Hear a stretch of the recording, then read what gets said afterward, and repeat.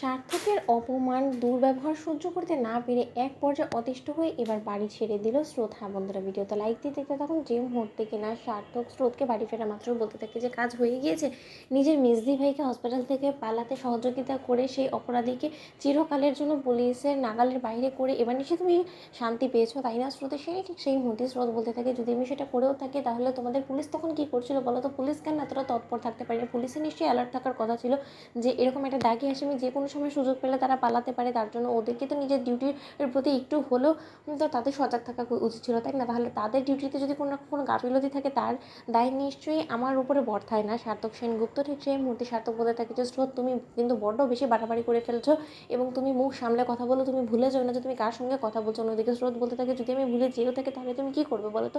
অন্যদিকে সার্থক বলতে থাকে যে তুমি একটা কথা ভুলে গেলে কিন্তু চলবে না স্রোতস্বিনী, যে তুমি যার সন্তান গর্ভে নিয়ে ঘোরাফেরা করছো না, তা সেই সন্তানটা আমার। এবং আমি যদি একবার বলি যে আমি এই সন্তানের দায়িত্ব কর্তব্য কোনোটাই নেব না, তাহলে কি তুমি একা এই সন্তানকে এই পৃথিবী আলো দেখাতে পারবে? তুমি কি এই সন্তানের সকল দায়িত্ব কর্তব্য নিজের কাঁধে তুলে নিতে পারবে?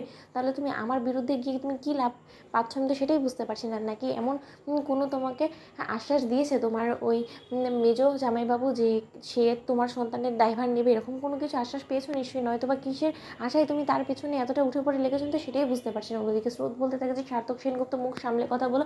খবরদার তুমি আমাদের মাঝখানে যদি মেজদি ভাই বা মেজদি ভাইয়ের হাজব্যান্ডকে টানা হেঁচড়া করো তাহলে কিন্তু আমার থেকে খারাপ কেউ হবে না। অন্যদিকে সার্থক বলতে থাকে যে কেন, বড্ড বেশি খারাপ লেগে যাচ্ছে, গা জ্বলেই যাচ্ছে, তাই না তোমার? তুমি কি মনে করছো যে আমি তোমার সঙ্গে তোমার মেজো জামাইবাবু ঠিক কী সব চলছে সেই সব কিছু আমি কোনো মতে আন্দাজ করতে পারছি না? আমার তো কেন জানি না এখন মনে হচ্ছে যে তোমার গর্ভে যে সন্তানটা আছে সেটা কোনো মতে তার তো নয়।